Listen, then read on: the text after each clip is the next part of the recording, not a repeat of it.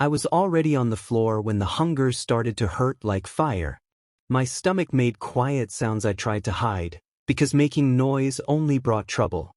The room smelled of soap and dust, and my knees were pressed against the hard tiles. I remember thinking that if I leaned forward just a little, my forehead would touch the mat, and everything would be easier. The caregivers said it was only a bow, only respect, only words. But my body would not move the way they wanted. That moment was not the beginning of my story. It was somewhere in the middle, when fear had already become a normal part of my day.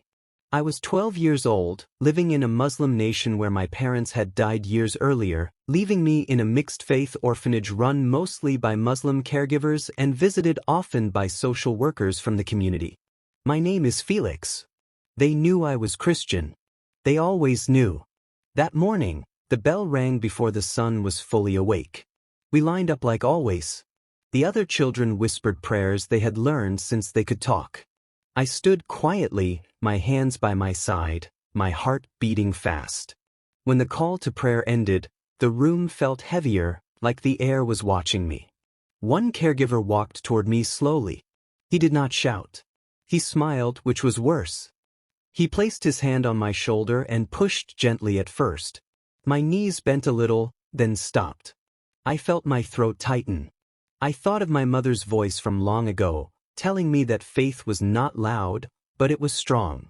I did not know why that memory came then, but it did. They said I was stubborn. They said correction was love. They said hunger would teach me obedience. So they told me to stay behind when the others went to eat. Hours passed. The floor became cold, then hot as the day grew. When I finally stood up, my legs shook so badly I almost fell.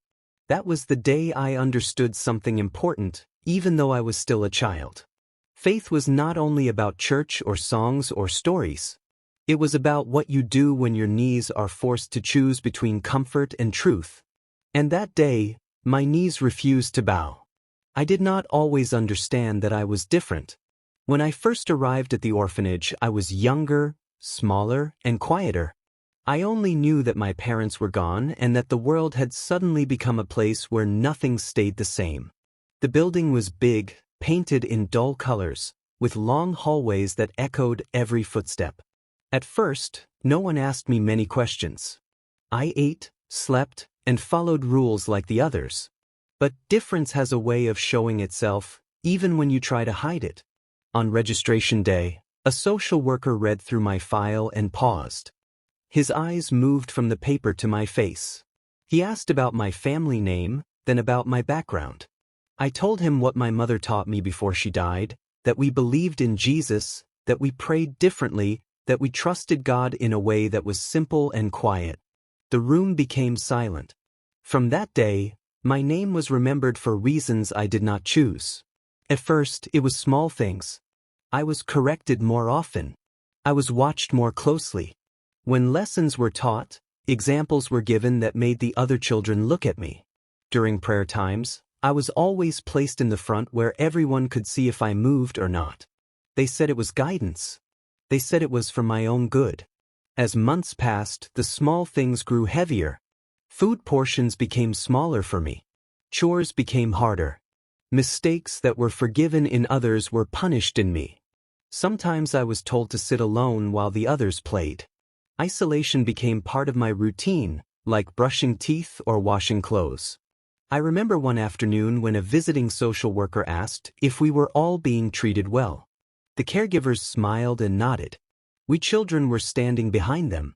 I wanted to speak, but fear wrapped around my chest. I was 12 and they were many.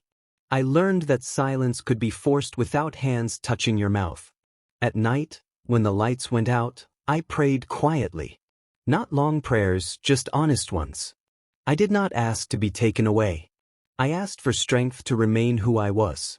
I did not fully understand why this mattered so much, but something inside me refused to let go. That was how I became the different one. Not because I wanted trouble, but because my faith would not disappear just to make others comfortable. It was during the long afternoons that I began to understand hunger in a new way. Not just the emptiness of my stomach, but a hunger that tested my spirit. The caregivers told me it was punishment, that I needed to learn obedience. They would leave me in a small room with only a thin mat and the cold sunlight that crept through the barred windows. The other children could hear the sounds of plates and laughter from the dining hall, but I could not. My stomach groaned. My body shook. Every part of me begged to give in, to bow, to whisper the words that would make the discomfort stop.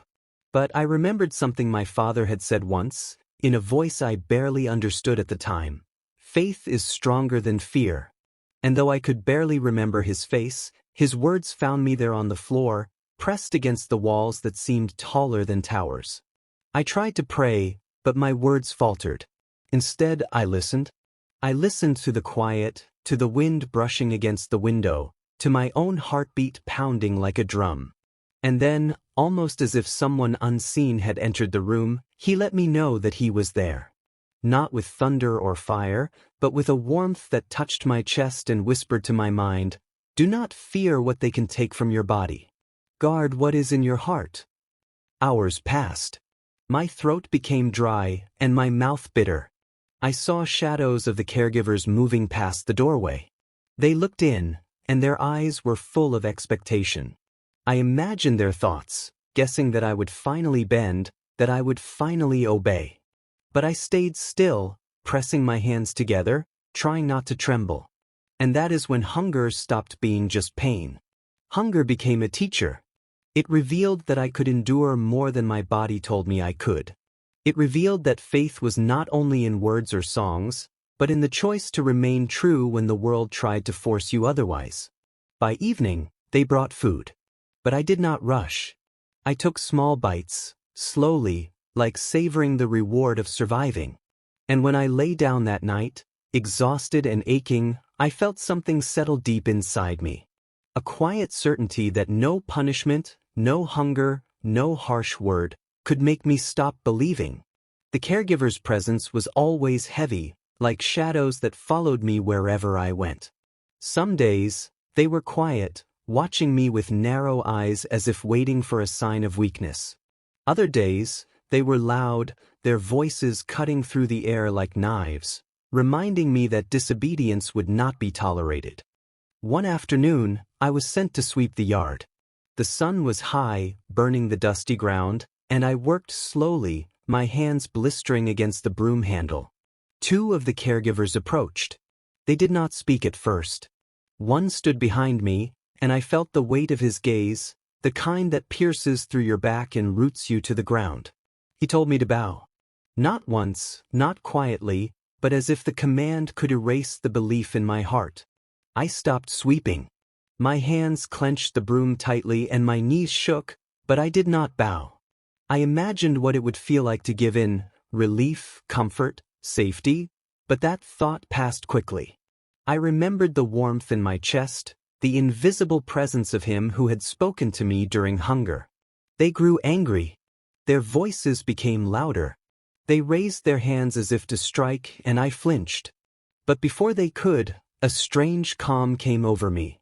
I felt small, yes, but also protected. It was as though a shield had settled over my body, fragile yet unyielding. That night, after chores, I lay awake listening to the creak of the doors and the distant murmurs of other children. I realized that fear was no longer just something I felt, it was something I could meet and stand against. Every shadow that followed me became a reminder that even in danger, faith could keep me steady. By the time I drifted into a light sleep, I knew this. They could hurt my body, starve me, isolate me, but they could not touch what was in my heart. There was a small room at the back of the orphanage that no one wanted to enter. Its walls were bare, the floor cold, and the window too high to see the sky properly. That room became my world when I refused to follow their prayers. They called it the correction room, but to me, it was a place where my faith was tested like fire in the desert. The first time they put me there, I thought I would cry. The door closed behind me with a finality that echoed in my ears. I was alone. No food. No water for hours. The world outside the door went on, but I could only hear muffled sounds. Children laughing, plates clattering, footsteps fading down the hallway. It was quiet in a way that pressed against my chest and made it hard to breathe. At first, I sat on the floor, hugging my knees, trying to make myself smaller. But then I remembered the voice that had spoken to me in the hunger. Do not fear what they can take from your body. I closed my eyes and tried to picture him. I imagined the sunlight from my mother's garden, the sound of water running through the fountain at the church we used to visit, the warm smell of bread baking on Sundays. Each memory was a lifeline. Hours turned into what felt like days.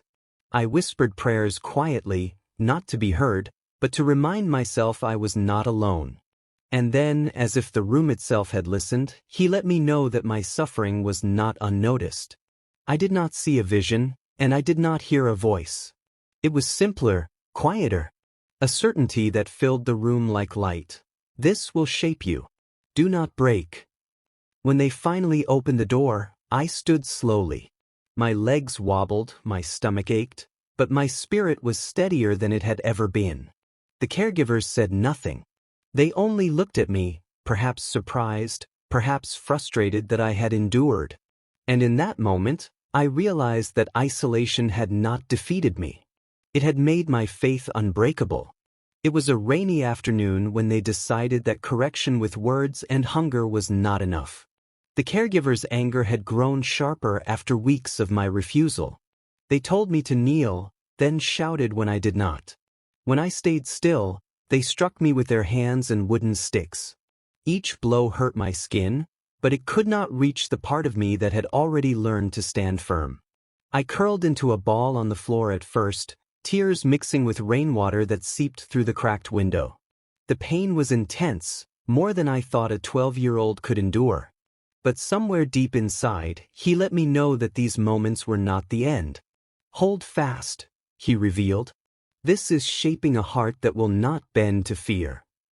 Every strike taught me something I could not have learned otherwise.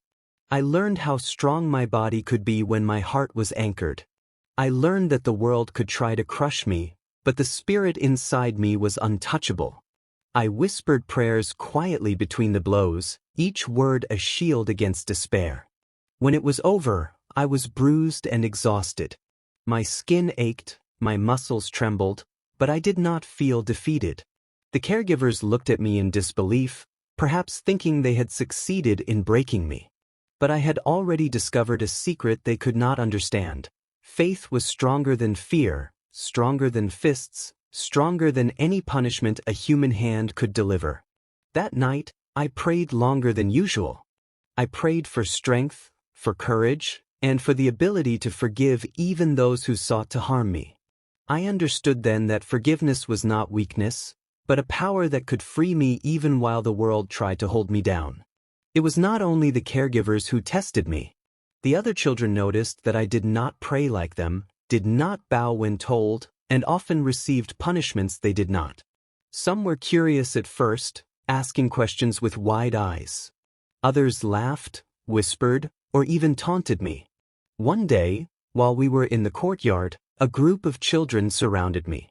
They mimicked the prayers I refused to say, their voices loud and cruel. I felt my face burn, and my heart wanted to run, to hide, to cry. But I did not. I remembered the invisible presence that had been with me during hunger, during isolation, during the beating. He let me know that even when I was mocked, my faith was not alone. The teasing continued over weeks. Sometimes they threw my food, sometimes they blocked my way to the bathroom, sometimes they whispered lies to the caregivers to make me appear disobedient. Each act felt like a weight pressing on my chest. But every night, when I lay on my thin mat, I whispered prayers that reminded me of who I was and whose I was. I began to understand that faith was not only tested by rules or punishment, but by people's opinions and laughter. To hold on to it, I had to see beyond their words, beyond their actions, and focus on the truth I knew in my heart. He revealed to me that enduring mockery with patience was a kind of courage few understood, but it was powerful in ways the world could never see. Through it all, I grew stronger.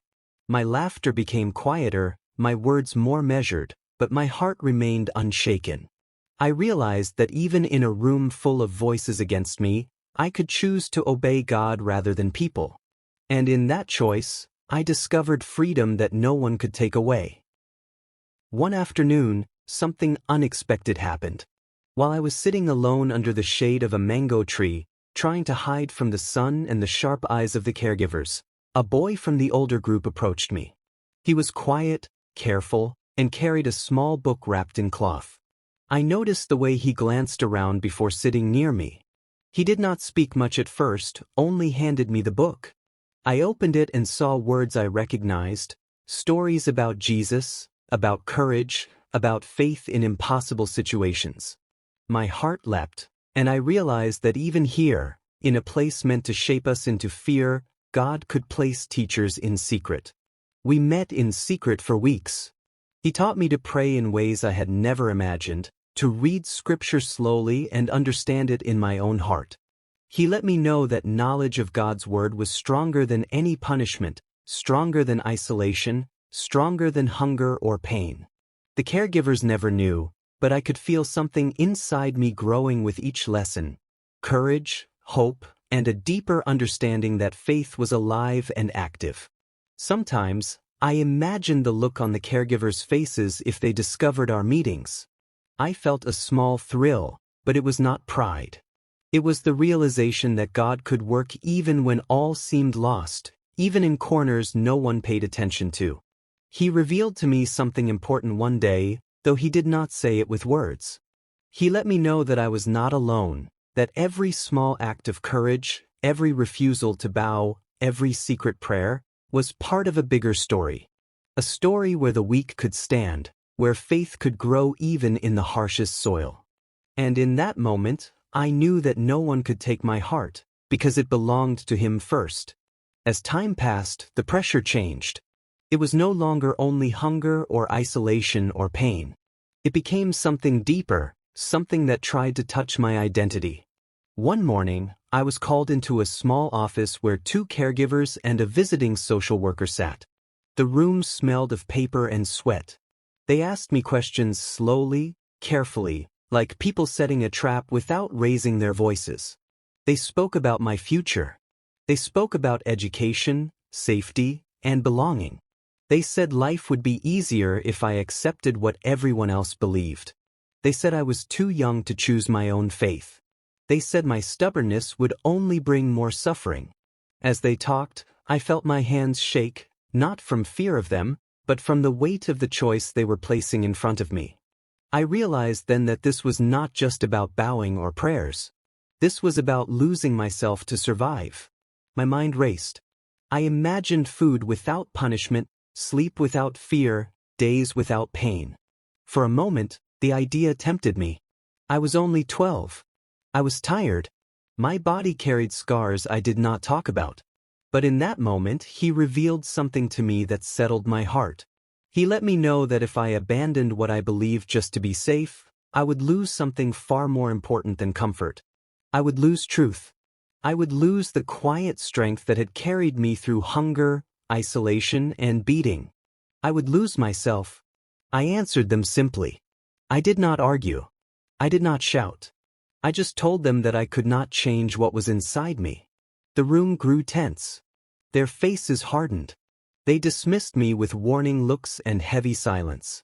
As I walked out, my legs felt weak, but my heart felt clear. I understood that faith was not only about enduring pain. It was about choosing who you are, even when the world offers you an easier lie. And that day, I chose to remain myself, no matter the cost. After that day, everything changed, not around me, but inside me. The punishments continued, the mockery continued, and sometimes I still felt the sting of hunger or the ache of being alone. But none of it could touch the part of me that had learned to trust God with my whole heart. He revealed to me time and again that no matter what humans do, the spirit inside a faithful heart is stronger than every threat, stronger than fear, stronger than despair. I realized that my journey was not only about surviving the cruelty of others. It was about learning to walk with God, to love Him, to obey Him in small acts every day, and to pray even when my words trembled. It was about discovering that faith was a light that no darkness could fully cover. Sometimes I thought of the other children, the ones who mocked me, the ones who had been cruel, the ones who only followed rules to be safe.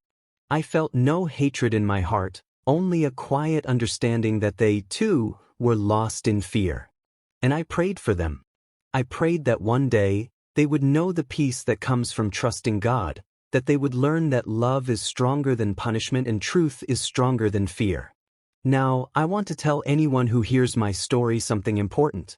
Your faith is your treasure. Guard it. Nurture it. Study God's word, because it will give you wisdom beyond your years. Pray often, not only for yourself, but for those who oppose you. Love even when it hurts, because love is the weapon that conquers hate. And remember, standing firm in God is not always easy, but it is always worth it. Even when the world seems cruel, even when punishment comes for your choices, even when fear whispers lies in your ear, your faith can become unbreakable. He let me know this, not through grand miracles, but through the quiet certainty that He was with me every moment. And if I, a small child in a harsh world, could find courage in Him, then anyone can. Take heart and do not let go. Walk with God, love one another, pray, study His word, and trust Him. Your journey may be hard, but your faith will carry you farther than anything else ever could.